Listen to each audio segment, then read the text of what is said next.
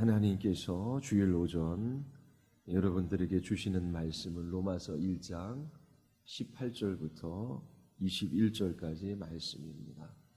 로마서 1장 18절부터 21절까지 말씀입니다. 주님의 말씀을 받으시기를 바랍니다.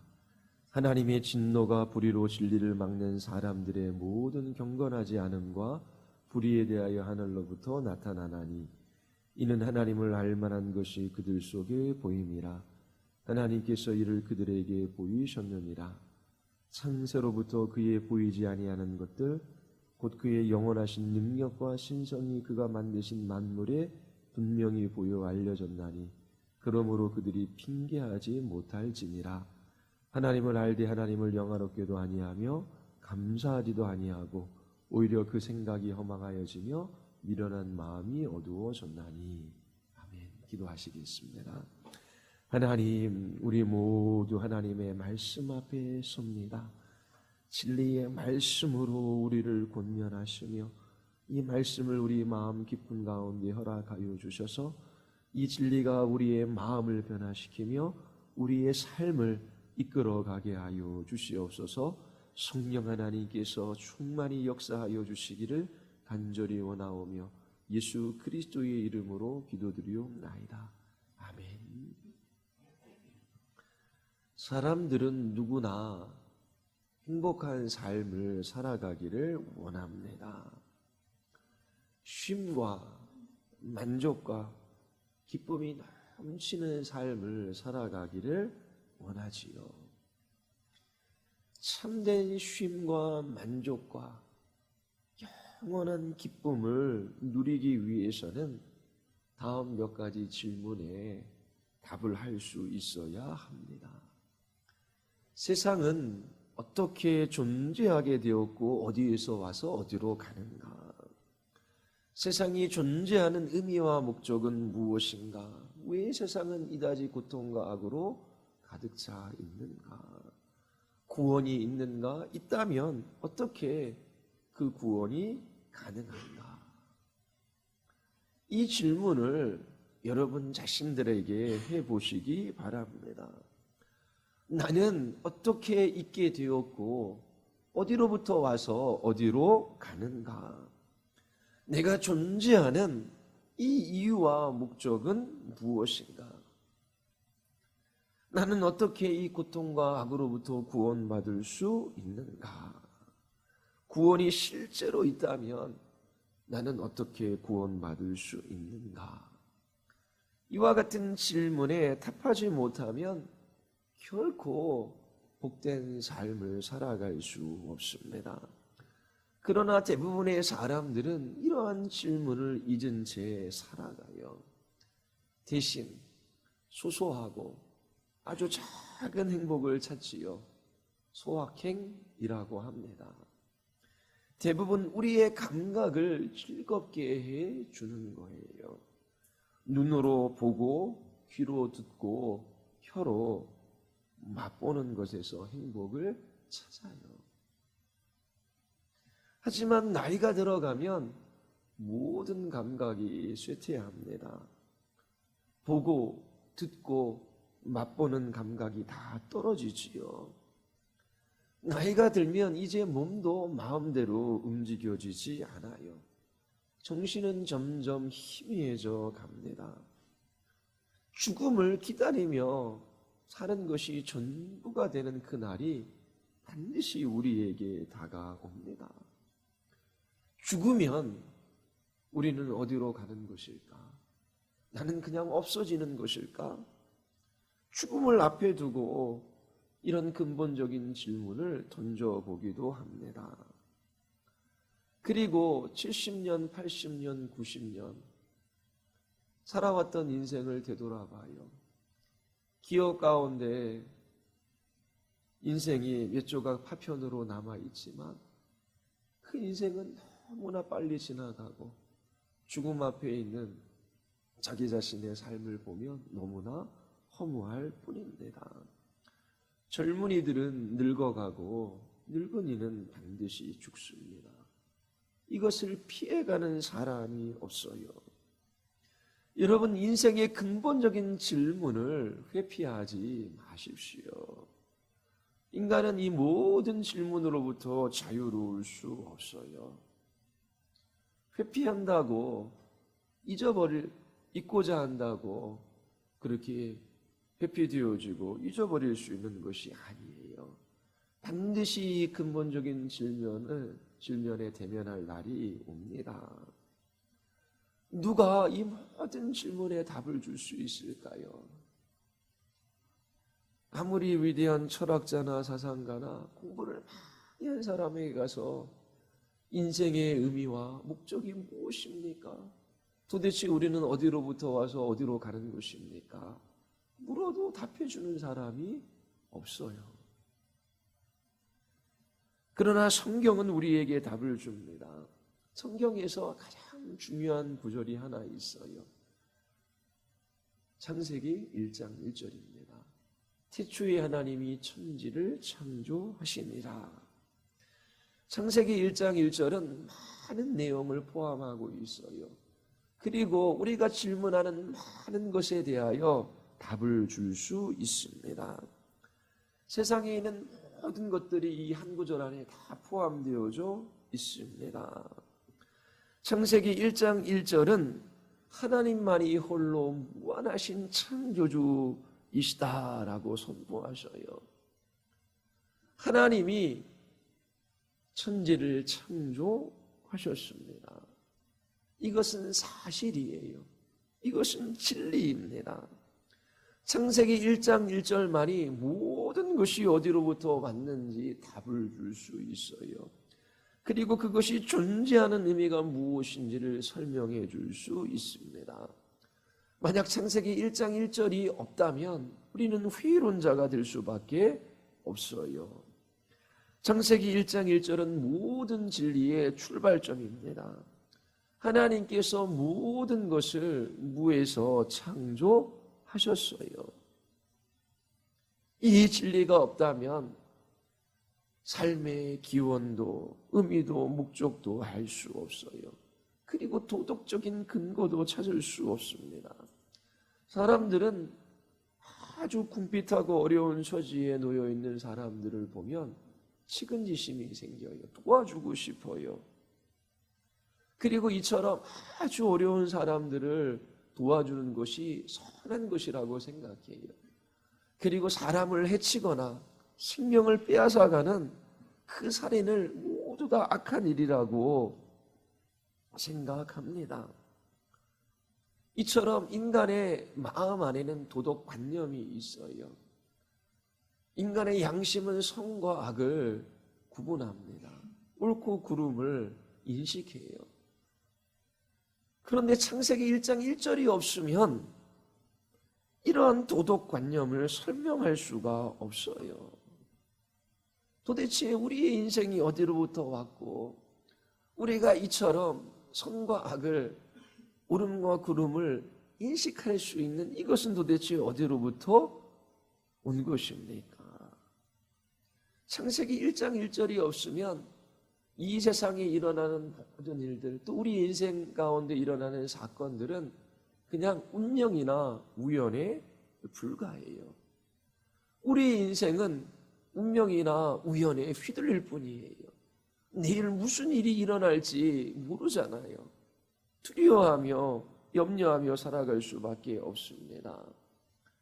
이처럼 일어나는 모든 일이 운명이나 우연이라고 생각하는 사람들이 있어요. 창세기 1장 1절을 모르기 때문이지요. 하나님께서 모든 것을 창조하셨고 이 모든 것들을 보존하시고 통치하시고 이끌어 가신다라고 하는 이 진리를 접해본 적이 없어요. 그저 지성이나 의지도 없는 비인격적인 어떤 힘에 의하여 모든 것이 필연적으로 발생하거나 모든 것이 우연적으로 발생한다라고 생각해요. 아주 안 좋은 일이 일어나면 운명이야. 우연히 일어난 일이야. 어쩔 수 없지. 이미 일어났는데 체념하며 절망하며 낭망하며 그렇게 사람들은 살아갑니다. 세상의 시작에 대한 질문, 그리고 모든 존재하는 이유와 목적에 대한 질문, 이런 모든 질문은 진화론의 이론으로는 그 답을 찾을 수가 없어요. 진화론은 여러 종간의 점진적인 변화를 통해 이루어진다라고 말해요. 그러나 정작 중요한 질문, 모든 것의 시작에 대한 질문은 아예 다루지도 않습니다. 진화론은 그러한 질문을 무시해버려요.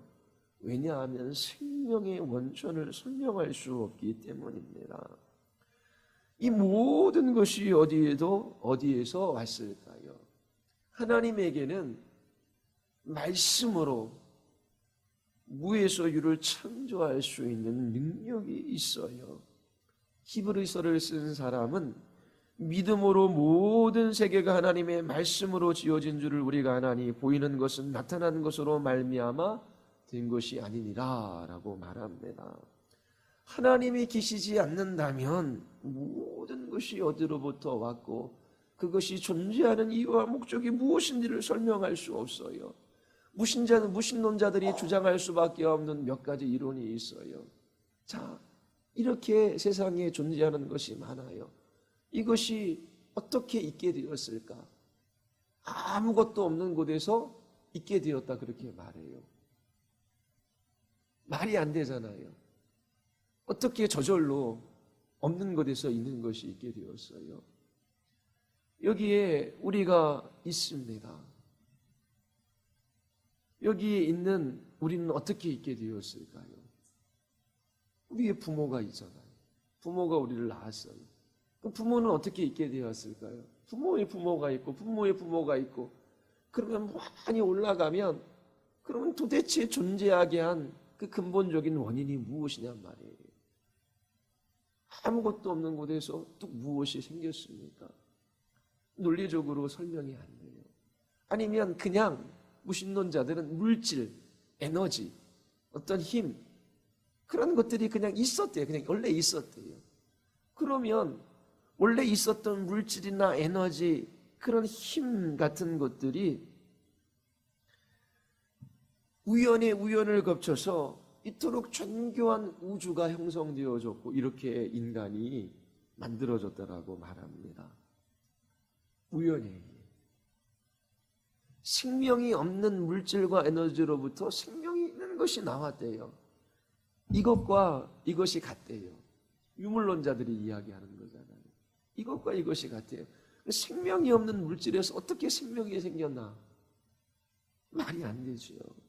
그리고 생각이 없는 이 물질이 의식을 만들어냈대요. 이런 것들은 하나도 논리적으로 설명이 안 돼요. 무신론자들이 주장하는 것은 설명할 것이 없어요. 어리석은 자는 그 마음에 이르기를 하나님이 없다라고 합니다. 태초에 하나님이 천지를 창조하셨어요. 이 창세기 1장 1절이 없으면 우리의 존재, 우리의 삶의 목적, 이유, 그리고 이 땅에 있는 그 모든 일어나는 일들을 설명할 길이 없어요. 그냥 우연과 운명에 휘둘린 인생들, 혼란스럽고 절망스럽고 그리고 미래에 대해서 두려워하며 살아갈 수밖에 없어요. 좋았다가 나빴다가 나빴다가 좋았다가 그냥 뒤엉켜 돌아가면서 인생은 금방 지나가고 죽음은 우리에게 찾아오는 것입니다. 사람들은 하나님의 존재를 애써 부인하고자 해요. 그러나 하나님은 사람들이 하나님의 존재를 부인할 수 없도록 하나님 자신을 사람들에게 나타내 보여주셨어요. 그게 로마서 1장 19절과 20절이 말하는 것입니다. 이는 하나님을 알만한 것이 그들 속에 보임이라 하나님께서 이를 그들에게 보이셨느니 창세로부터 그의 보이지 아니하는 것들 곧 그의 영원하신 능력과 신성이 그가 만드신 만물에 분명히 보여 알려졌나니 그러므로 그들이 핑계하지 못할지니라. 원래 하나님은 보이지 않아요. 그러나 성경은 사람들이 하나님에 대해서 알 수 있다라고 말해요. 그것은 하나님께서 하나님 자신을 나타내 보여주셨기 때문에 그래요. 하나님을 알 만한 것을 그들 속에 보이셨어요. 하나님은 창조물을 통해 하나님 자신을 모든 시대, 모든 지역에 사는 모든 사람에게 나타내 보여주셨습니다. 우리는 하나님이 만드신 그 창조물을 보면 거기에 하나님의 신성이 깃들어져 있고 하나님의 능력과 지혜가 있음을 볼 수 있어요.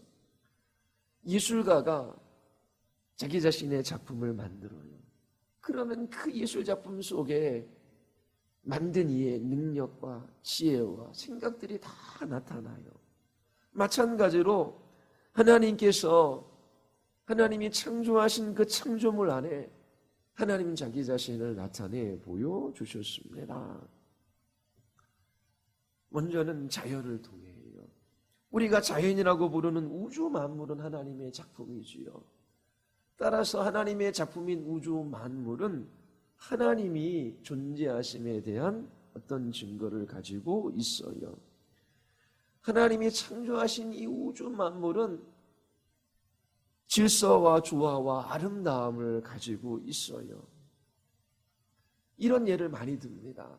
시계를 한 번도 본 적이 없는 사람이 사막에서 시계를 발견한다라고 한번 생각해 보십시오. 그러면 이 시계가 오랜 시간을 걸쳐 우연의 우연을 걸쳐 자연적으로 존재하게 되었다라고 생각하는 사람은 없을 거예요. 이렇게 정교한 시계를 보면 분명히 지적인 존재가 그 시계를 어떤 목적을 가지고 정교하게 만들었을 것이라고 생각을 해요. 그래서 시계를 딱 보면 이것은 그냥 저절로 자연이 우연스럽게 이렇게 만들어진 것이 아니라 어떤 지적 존재자가 어떤 목적을 가지고 분명히 만들었음을 보여주어요. 여러분, 우주와 이 지구에 대해서 과학자들이 말하는 것을 한번 들어보십시오. 과학자들은 우주가 매우 정교해서 변수가 조금만 생겨도 생명체가 이 지구에 살 수 없다라고 말해요. 우주는 정교한 질서를 기초로 해서 생명체가 살 수 있도록 설계된 곳이라고 그렇게 주장합니다. 지구에 생명체가 존재하기 위해서 우주의 수많은 특징이 현재와 같은 범위 내에 있어야 돼요. 제가 좀 알아봤는데 다 말하려면 시간이 너무 길어요. 지구에 생명체가 존재하기 위해서는 태양 그리고 행성, 이 달 이렇게 이루어진 체계가 현재의 조건과 같아야 합니다. 지구와 태양 간의 거리, 지구의 자전축, 지구의 기울기지요. 공정과 자전의 속도, 대기의 압력, 바다의 넓이와 깊이, 달의 적당한 크기, 지구와 달의 거리. 할 것 없이 30여 가지가 정확하게 조건이 맞아 떨어져야지 이 지구의 생명체가 살 수 있어요. 이러한 조건은 우연에 겹쳐서 사막의 시계가 만들어지는 그 조건보다 더 힘든 조건이에요.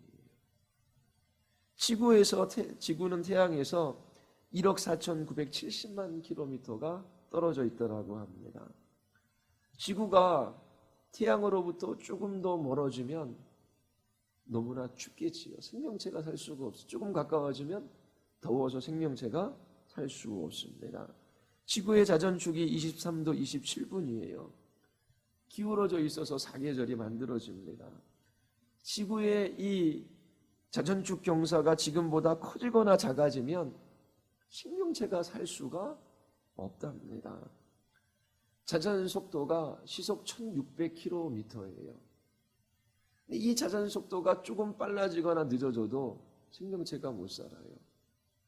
이 지구가 태양을 도는 공전 속도가 10만 7천 km입니다.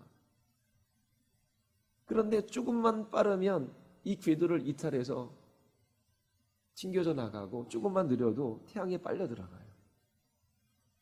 지구의 크기가 10%만 커도 물이 증발하지 못해요. 10%만 작아도 지구에 있는 모든 물이 증발해버리고 말입니다. 달이 지금보다 조금 더 가까워지면 엄청난 혼란스러운 일들이 일어나지요. 지구의 두께가 지금보다 조금만 얇으면 여기저기에서 폭발이 일어날 거예요. 두꺼우면 생명체가 살 수 없어요. 이와 같은 모든 조건이 서로 긴밀하게 연관되어 완전히 일치해야지만 지구의 생명체가 살 수 있습니다. 말씀드린 바와 같이 이러한 모든 조건이 충족되기 위해서는 이 시계가 사막에서 우연히 만들어지는 것보다 더 어려운 그러한 확률을 가지고 있어요. 이것은 특별한 목적과 계획을 가지고 태양과 지구와 달의 시스템을 설계한 지적 존재자가 있음을 보여줘요. 이 지적인 설계자가 하나님이지요. 이것을 말하는 성경 구절이 있어요. 시편 19편입니다. 여러분들 나눠드린 주보 앞에 있어요. 우리 같이 한번 읽어볼까요? 하늘이 하나님의 영광을 선포하고 궁창이 그의 손으로 하시는 일을 나타내는도다. 날은 날에게 말하고 밤은 밤에게 지식을 전하니 언어도 없고 말씀도 없으며 들리는 소리도 없으나 그의 소리가 온 땅에 통하고 그의 말씀이 세상 끝까지 이루는도다. 하나님이 해를 이루하여 하늘에 장막을 베푸셨도다. 자, 하늘이 하나님의 영광을 선포해요. 이 우주 만물이 하나님의 영광을 선포합니다. 그 하나님의 능력, 그 하나님의 무한한 지혜, 그 하나님의 신성을 이 우주 만물이 나타내요. 그 하나님의 무한한 능력을 우주를 보며 우리는 보게 돼요. 그래서 그 하나님의 영광을 이 하늘이 선포하고 있다라고 말하는 것입니다. 궁창이 그 하늘이 하나님이 손으로 하신 일들을 나타내요. 그런데 보십시오. 날에는 날에게 말하고 밤은 밤에게 지식을 전해요. 언어도 없고 말씀도 없고 들리는 소리도 없어요. 그런데 그의 소리가 온 땅에 통해요. 이게 뭐예요? 날과 밤이 그리고 하나님이 지으신 이 모든 세계가 계속해서 말해요. 그 말은 언어와 인족의 장벽을 뛰어넘는 거예요. 그래서 모든 시대, 모든 지역, 모든 사람들이 다 알아들을 수 있어요. 왜요? 하나님이 지으신 우주 만물이 하나님의 영광을 선포하고 하나님이 우리를 지으셨다라고 그렇게 말하고 있기 때문에 그래요. 모든 예술 작품이 그러하듯 하나님의 예술 작품에는 하나님의 분명한 디자인과 의도와 지혜와 능력이 드러나요. 하나님께서 디자인하고 계획하고 완성하신 것입니다. 그래서 바울은 그리고 다윗은 하나님이 창조하신 세계를 볼 때에 우리가 하나님의 신성, 그 하나님을 볼 수 있다라고 말합니다.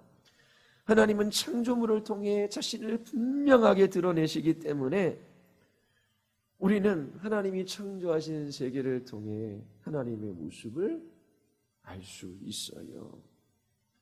그리고 또한 하나님은 인간을 창조하셨어요. 그래서 자연뿐만 아니라 인간을 통하여 우리는 하나님을 알 수 있습니다. 하나님의 작품인 인간은 하나님의 존재하심에 대한 어떤 증거를 가지고 있어요. 첫 번째가 양심입니다. 마음에 새겨진 도덕이지요. 사람에게는 누구에게나 양심이 있어요. 이 양심을 기초로 옳고 그른 것을 인식합니다. 하나님은 사람의 마음 안에 이 도덕적인 개념을 새겨 놓으셨기 때문이에요.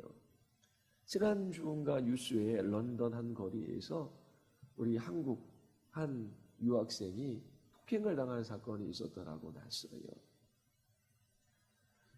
지나가는데 흑인 여성이 이렇게 자신에게 이렇게 휴지 같은 거 뭐를 던졌나 봐요. 그래서 왜 그러냐, 인종차별하지 말아라 얘기했더니 백인 남성 할 것 없이 그 지나가던 그 한국 유학생을 때리고 또 폭력을 행사했어요.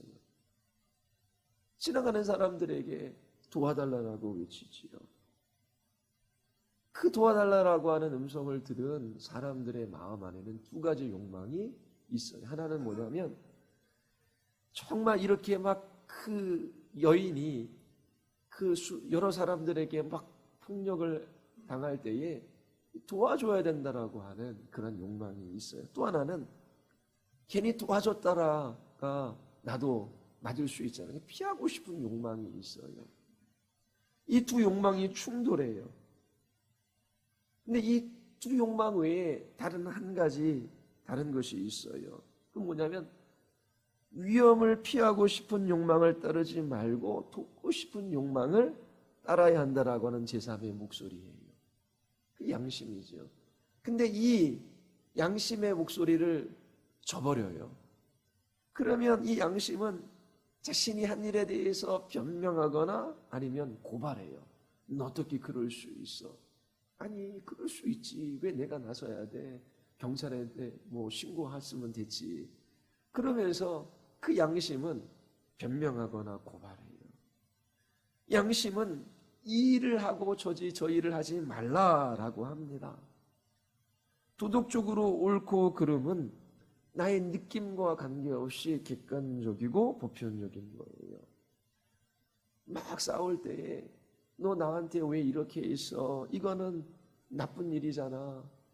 그때 그렇게 말하는 사람이나 듣는 사람이나 동일하게 나쁜 일이 뭔지를 알아요. 어떤 사람에게는 나쁜 거고 어떤 사람에게는 좋은 것. 그게 아니라 보편적으로 이건 악하고 그릇되고 나쁜 것이다라고 하는 이 도덕관념을 가지고 있어서 왜 나한테 이렇게 했어? 이것은 잘못된 일이야. 그렇게 말할 수 있어요. 그리고 부모를 공경해야 된다라고 하는 이 도덕적인 생각은 모든 민족, 모든 시대, 모든 사람들 안에 있는 것들이에요. 이처럼 하나님께서 인간을 창조하시고 그들의 마음 안에 도덕법을 심어 놓으셨어요.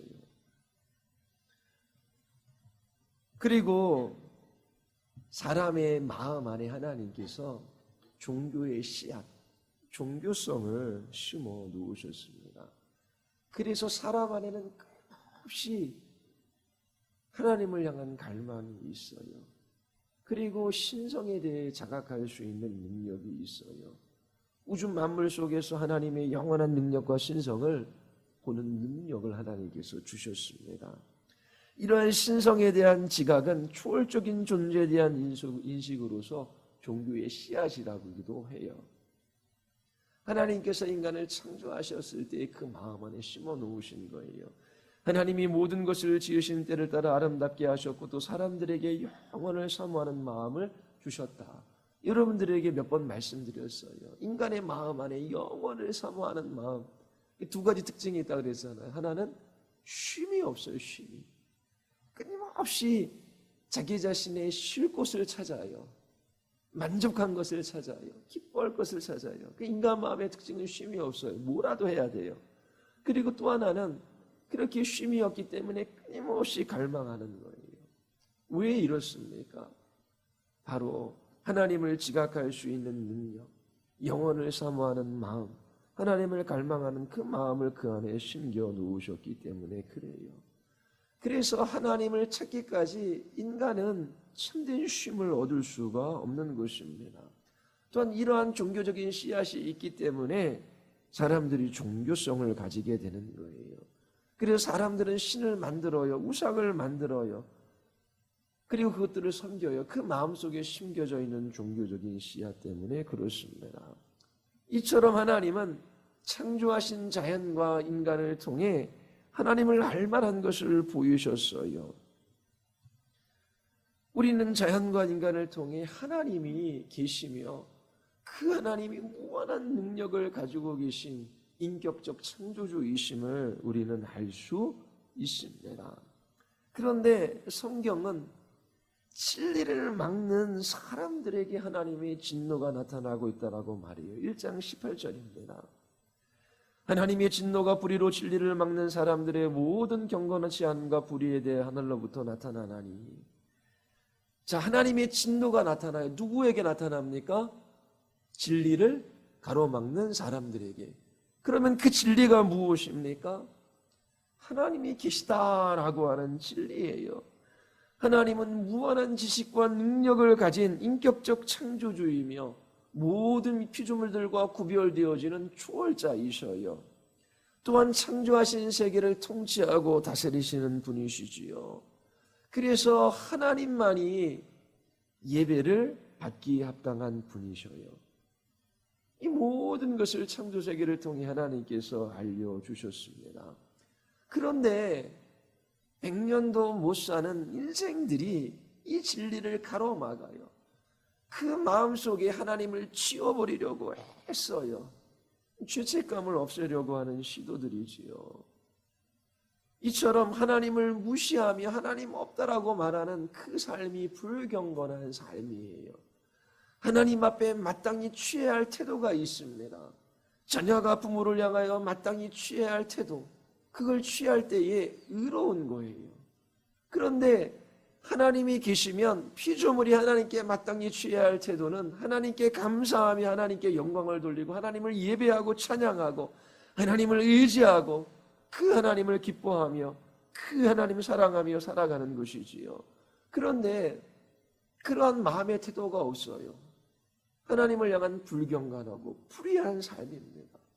그리고 하나님을 떠나간 인생들은 자기가 하나님인 것처럼 살아가기에 하나님의 말씀을 지키지 않고 불의한 삶들을 살아가요. 마땅히 사랑해야 할 사람들을 사랑하지 못해요. 우리의 가족 안에도 끊임없이 불화가 있고 갈등이 있고 그리고 미움이 있는 것. 우리의 가족뿐이겠습니까? 이 땅의 역사 가운데 끊임없이 이런 일들이 있어요. 이처럼 불의하고 불경건한 사람들, 하나님이 없다라고 하는 이 사람들, 진리를 가로막는 이 사람들에게 하나님의 진노가 나타나고 있다라고 성경은 말해요. 창조주의 능력과 신성이 명백히 하나님이 지으신 모든 만물 가운데 드러나고 있어요. 모든 시대, 모든 지역, 모든 사람이 하나님을 볼 수 있어요. 하나님께서 자연과 사람 안에 그 증거를 남기셨기 때문이지요. 그럼에도 불구하고 사람들은 하나님이 없다라고 하면 하나님을 인정하지 않아요. 하나님을 영화롭게 하지도 않고 하나님께 감사하지도 않고 하나님을 예배하지도 않아요. 하나님을 향하여 그릇된 태도를 가지고 있습니다. 하나님을 무시하며 살아가요. 불경건하고 불의한 삶을 살아가는 이들에게 하나님의 진노가 나타나고 있어요. 하나님의 진노를 받아도 아무런 핑계를 댈 수가 없습니다. 누군가 우리 자신을 모욕하고 또 무시해요. 그럼 화가 나잖아요. 대부분 부부싸움도 자존심이 상하기 때문에 나타나는 것입니다. 그래서 나는 그런 사람이 아니야. 나는 괜찮은 사람이야. 그것을 나타내 보이고 싶어 해요. 그런데 누군가 너는 괜찮은 사람이 아니야. 너는 이런 게 부족해. 그러면 욱하는 것이지요. 자기 자신의 존재가 무시될 때에 화를 내요. 그런데 이렇게 미천한 인생들이 하나님의 존재를 무시하고 하나님 없다 하며 자기 인생의 주인이 자기인 것처럼 마음대로 살아가요. 그리고 하나님 사랑하지도 않고 이웃 사랑하지도 않고 하나님의 말씀과 상관없이 불의한 악행을 저지르며 살아가요. 그들은 하나님의 진노와 심판을 받아야 마땅한 거예요. 하나님께서 하나님 자신을 나타내 보이셨기 때문에 핑계댈 수가 없는 것입니다. 그러면 이 하나님의 진노가 어떤 방식으로 나타납니까? 첫 번째는 죽음을 통해서예요. 모든 사람이 죽어요. 왜 죽어야 합니까? 성경은 죽음을 자연스러운 현상이라고 말하지 않아요. 죽음이 자연스러운 것이라면 누구나 받아들였을 거예요. 두려워하거나 슬퍼하지 않을 거예요. 그러나 누구나 죽음에 저항하려고 합니다.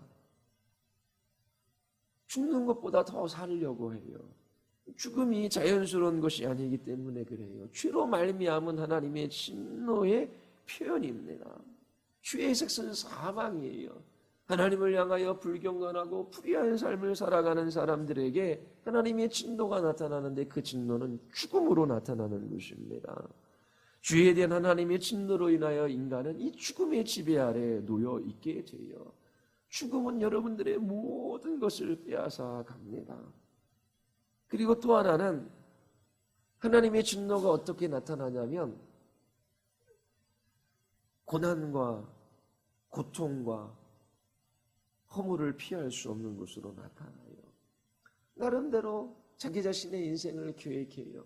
그 인생의 주인이 자기 자신이고 그 생명이 자기에게 있는 것처럼 내일을 계획하며 살아가요. 열심히 직장 생활해서 돈 벌어서 집 사야지, 여행 가야지, 아니면은 뭐 차도 사야지, 아니면 자녀들도 이렇게 교육하고 이렇게 해야지. 그러나 보십시오. 그 계획이 자신의 계획대로 이루어집니까? 노년을 준비하며 열심히 일했던 사람이 있어요. 정말 쉬지 않고 성실하게 땀 흘려 열심히 일했어요. 그리고 이제 60이 되면 모든 일들을 다 이제 내려놓고 여행하고 아내와 함께 행복하게 살 것을 꿈꿨어요.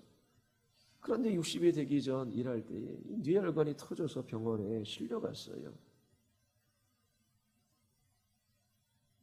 점수를 잘 받아서 좋은 대학교에 들어간 청년이 있습니다. 어떻게 그렇게 공부 잘하는지 칭찬받으며 살았어요. 그래서 막 인생에 대한 계획을 세워요. 대학교에서 무슨 공부를 하고 어떤 일들을 하고 그리고 어떻게 결혼해서 내가 어떻게 이 행복한 삶을 살아가야지. 근데 젊은 사람이 암에 걸렸습니다. 암이 급속도로 퍼져가고 있어요. 또 막 사랑하는 사람이 있어서 결혼 계획을 세웠어요. 그런데 아내가 먼저 죽거나 남편이 죽습니다. 그리고 아이를 낳았는데 아이가 장애아가 태어나기도 해요. 자, 이처럼 인생은 고난과 고통 그리고 허무함을 피할 수 없어요. 그래도 남들 살아가는 것만큼 직장 들어가고 돈 벌고 자식 교육시키고 또 돈 번 것으로 여행도 하고 집도 사고 그러면서 막 열심히 달려왔어요. 그런데 죽음이 눈앞으로 다가옵니다. 그 노쇠한 인생 되돌아보니까 남는 것이 없어요. 허무밖에 없어요. 이 모든 것이 죄에 대한 하나님의 진노의 결과예요. 또 하나님의 진노가 어떻게 나타나냐면 하나님께서 사람들로 하여금 죄악된 행동을 그대로 하도록 내버려둬요. 그냥 세상에서 먹고 마시고 즐기고 그리고 자기의 죄된 본성을 따라 악행을 하도록 그냥 내버려둬요. 그리고 그 악의 결과들을 경험하게 하십니다. 하고 싶은 대로 죄를 짓고 그 모든 결과를 당하도록 하나님께서 그냥 내버려 두셔요. 여러분들 뉴스를 보십시오. 신문지상에서 일어나는 일들을 보세요. 얼마나 악하고 추하고 더러운 일들이 많이 일어납니까? 이걸 막을 방법이 없어요. 하나님의 진노가 나타나기 때문에 계속해서 이러한 악행과 이러한 추행과 이러한 더러운 일들이 이런 무서운 일들이 계속해서 지금 일어나는 거예요. 그리고 그 영향을 사람들은 받고 그리고 그 결과들을 당하며 살아가는 것입니다. 인류의 역사를 한번 보십시오. 복된 역사가 있습니까? 끊임없는 전쟁의 역사, 죽이고 죽이는 역사이지요. 하나님의 심판의 역사일 뿐입니다. 성경의 역사나 인류의 역사를 보십시오. 불경건하고 불의한 죄인들을 향한 하나님의 진노의 역사입니다. 이처럼 인류는 지금 우리들은 하나님의 진노를 매일매일 경험하며 살아가고 있어요. 여러분들의 인생은 살만한 것입니까? 열심히 노력해 보십시오. 그 결과는 허무밖에 없어요. 여러분들의 인생에 아무것도 남는 것이 없을 거예요. 이러한 진노는 하나님의 심판의 날에 임할 것을 미리 맛보는 것에 지나지 않아요. 하나님께서는 인간의 죄로 말미암아 진노하셔서 그들을 죽음의 지배 아래 두셨어요. 그리고 허무한 것에 굴복하게 하셨어요. 목표를 세우고 열심히 달려가지만 그 목표를 이루어도 거기에는 아무것도 없어요. 또한 사람들이 자신들이 악한 마음과 생각을 따라 더욱 비참한 삶을 살아가도록 그냥 내버려 두셨어요. 그래서 악한 본성을 따라 끊임없이 죄를 지으며 살아갑니다. 사람의 삶은 울음으로 시작해서 탄식으로 끝나요. 모두가 죽습니다. 모든 사람은 슬픔을 경험해요. 욥기서 5장 7절은 사람은 고생을 위하여 났으니 불꽃은 위로 날아가는 것이라고 말합니다. 그렇다면 우리에게 아무런 소망이 없습니까? 아니지요. 우리에게 소망이 있어요. 좋은 소식이 성경을 통해서 우리에게 들려옵니다.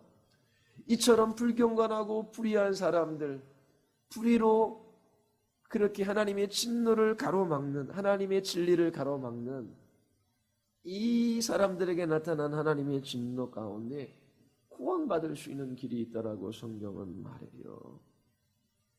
우리로서는 우리 자신을 구원할 수 없어요. 죄 없으신 하나님의 아들 예수 그리스도께서 죄인들을 위하여 십자가에서 대신 죽으신 것입니다. 온몸으로 하나님의 진노를 받으셨지요. 예수 그리스도를 믿으면 멸망받지 않고 영생을 얻어요. 예수님을 나의 구주, 나의 하나님으로 영접하면 하나님의 자녀가 됩니다. 죄인들에게 임한 하나님의 진노를 피할 수 있는 유일한 방법은 예수가 주님이시며 나의 구원자이심을 믿는 거예요. 나는 하나님 앞에 무가치하고 그리고 죄 짓는 죄인에 불과한데 나같이 무가치하고 아무것도 아닌 인생, 오늘 죽어도 잠시 가지고는 슬퍼하지만 이제 잊혀버리고 말 그 아무것도 아닌 인생을 향하여 하나님께서 사랑하셔서 그 아들을 십자가에 내어주셨다라는 것을 굳게 믿는 사람, 예수님을 나의 길이요 진리요 생명으로 알고 그 예수 그리스도를 믿음으로 하나님께 나아가는 그들의 구원을 얻는 거예요. 그들에게 죽음은 더 이상 하나님의 진노가 아니에요. 여러분, 믿는 우리들에겐 소망이 있어요. 인생이 고난과 눈물뿐이에요. 죽음을 앞에 두고 있어요. 그래도 우리가 계속해서 슬퍼하지 않는 이유는 고통도 눈물도 그리고 그 모든 아픔도 없는 그 주님의 나라가 우리에게 약속되어져 있기 때문에 그래요. 죽지 않으면 우리는 주님의 품에 안길 수 없어요. 그래서 예수 그리스도를 믿는 자들에게 죽음은 더 이상 하나님의 진노가 아니라 주님의 나라에 들어가는 하나의 문에 불과한 것이지요. 그리고 이 땅에서 우리는 고난과 악을 경험해요. 그런데 하나님께서 이 모든 것을 통치하고 계셔요. 그 아들을 십자가에 내어주신 하나님께서 그 모든 악한 것까지도 사용하셔서 그 아들의 핏값으로 사신 우리들을 위하여 선을 이루시겠다라고 약속해 주셨어요. 그래서 우리는 인내하며 예수 그리스도를 바랄 때에 우리의 모든 고난과 고통까지 사용하셔서 우리를 거룩하고 흠이 없는 하나님의 자녀, 그리스도 형상으로 우리를 빚으십니다. 인간 본연의 삶을 살아갈 수 있도록 하나님께서 우리를 이끌어 가셔요. 그리고 하나님께서 우리의 인생의 주인이 되어주셔서 걸음걸음 인도해 가십니다. 여러분, 무한한 능력과 지혜로 온 우주 만물을 창조하시고 그 모든 것을 보존하시고 통치하신 하나님을 나의 하나님, 나의 아버지라고 부를 수 있는 것은 얼마나 큰 복입니까? 최고의 선, 가장 좋은 것은 무엇이겠어요? 바로 하나님 자신입니다. 하나님이 최고의 선이며 우리에게 가장 좋은 것이에요. 이러한 창조주 하나님, 그 하나님이 죄인들을 사랑하셔서 그 아들을 십자가에 내어 주셨습니다. 그래서 이제 더 이상 나는 내 인생의 주인이 될 수도 없고 내 생명의 주권자도 아니에요. 그런데 하나님께서 내 인생을 책임져 주신대요. 내 생명이 주께 있어요. 주님께서 이 짧은 인생 나의 주인이 되어주시고 나의 하나님이 되어주시고 나의 구원주가 되어주셔서 이끌어 가시고 반드시 주님의 나라로 우리를 인도해 주셔요. 예수 그리스도께서 죄인들을 위해 십자가에서 죽으셨기 때문에 이러한 일들이 가능한 것입니다. 여러분, 인간으로서 누릴 수 있는 최고의 상태, 최고의 좋음, 최고의 복은 하나님을 사랑하는 거예요. 최고의 선이신 하나님을 사랑하고 그분을 기뻐하는 것입니다. 하나님을 향하여 바른 태도를 취하십시오. 불경건하고 불의한 삶을 살아가는 주인은 하나님 없다 하는 사람들에게 하나님의 진노가 나타나고 있습니다. 여러분 모두 예수 그리스도 한 분으로 인하여 하나님을 나의 하나님, 나의 아버지라고 부르며 주신 모든 인생의 날 동안에 기뻐하며 감사하며 그렇게 하나님을 찬양하는 예배자의 삶을 살아갈 수 있게 되기를 바랍니다. 우리 같이 기도하시겠습니다. 기도하실 때에 하나님, 참으로 하나님 계심을 온 우주 만물과 인간을 통해서 우리에게 나타내 보여주셨습니다. 그리고 우리에게 성경을 주셔서 하나님이 어떻게 구원하시며 또 하나님이 어떠한 분이신지를 알게 해주셨습니다. 하나님, 참으로 저희들이 하나님을 향한 경건한 태도를 취하게 하시고 저희들이 주의 말씀을 따라 살아가게 하여 주시옵소서. 최고의 선이시며 최고의 복이신 하나님을 사랑하며 하나님을 기뻐하는 자들로 나타나게 하여 주시옵소서. 그리고 하나님, 우리의 가족 중 믿지 않는 가족, 또 여전히 이 세상이 전부인 줄 알고 세상 길로 달려가는 영혼들 돌이키게 하시고 예수 그리스도께로 나아갈 수 있도록 주님 붙들어 달라고 우리 같이 한번 기도하시겠습니다.